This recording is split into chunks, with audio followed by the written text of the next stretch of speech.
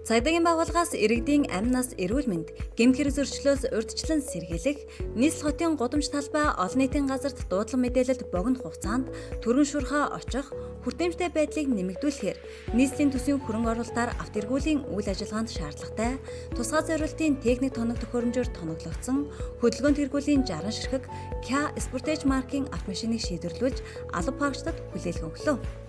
Цагдаагийн байгууллагаас иргэдийн дуудлага мэдээлэлд очдог эргүүлийн алба хаагчдын оронтой дутмаг байсныг цагдаагийн ерхий газрын удирдлагаас энэ оны 6 дугаар сард шийдвэрлэж, дүүргүүдийн цагдаагийн газар хэлцүүдэд эргүүлийн чиглэлийг нэмэгдүүлсэн билээ.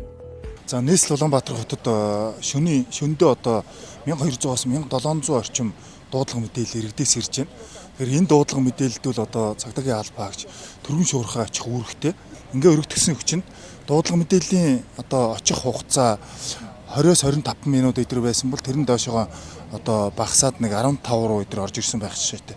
Мэдээж нэг автомашин дээр ирж байгаа дуудлага мэдээлэл цөөрнө. Ингэхлээрээ иргэдэд дуудлага мэдээллийн одоо хүртээмж сайжраа, төрийн үйлчилгээ нь одоо сайжрах ийм л ач холбогдол байгаа учраас анхан шатны нэгждэр ажилдаг энэ дуудлага мэдээлэл дээр очдог энэ тээврийн хэрэгслийн парк шинжилтийг сайжруулах нь зүйтэй юм байна гэж үзээд одоо эхний ээлжинд энэ 60 автомашинаар парк шинжил хийгдээд ингээд явж байна. За цагдаагийн ерхий газрын даргын тушаалаар нийслэлийн хэмжээнд үүрэг гүйцэтгэж байгаа хөдөлгөөн тэргүүлийн автомашиныг парк шинжилгээтэй холбоотой ажлын хэсэг ингээд жилийн өмнө байгуулагдсан.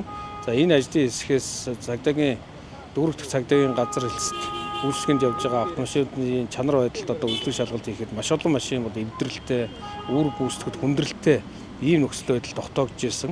За тэгээ энэ асуудлыг нийслэлийн засаг дарга, нийслэлийн иргэдийн хуралд танилцуулж, нийслэлээс одоо бас энэ парк шинжилт хийхтэй холбоотой тодорхой одоо мөнгөн дүнг бас шийдвэрлэж өгсөн.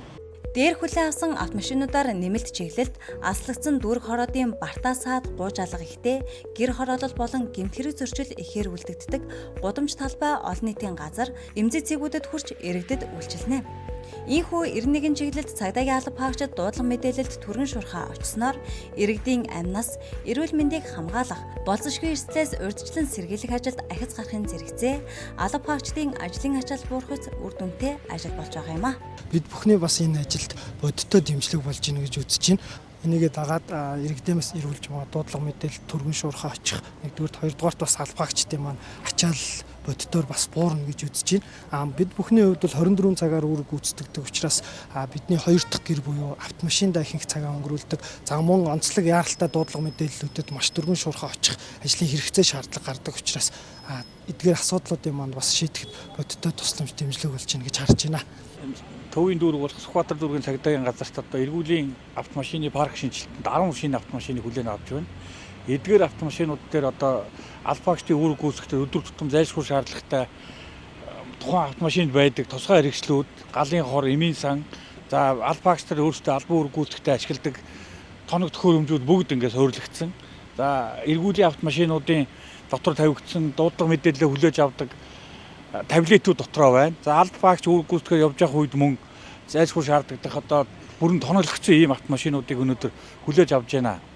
Нэг талдаа бид энэ автомашины парк шинжилт хийж байгаа нь одоо иргэдэд очих дуудлага мэдээлэл түргэн шуурхаа очих, энэ автомашинаар үүрэг гүйцэтгэх алба хаагчдын бас ая тух дулаан байх энэ бүх боломж өмнөх автомашинуудаас үүрэг гүйцэтгээд нэлээд хуучирсан ийм байсан. Өнөөдөр ингээд бас манай цагдаагийн газарт нийтдээ 10 автомашины парк шинжилт хийгээд үйл ажиллагаанд ашиглахаар хүлээж авч байна.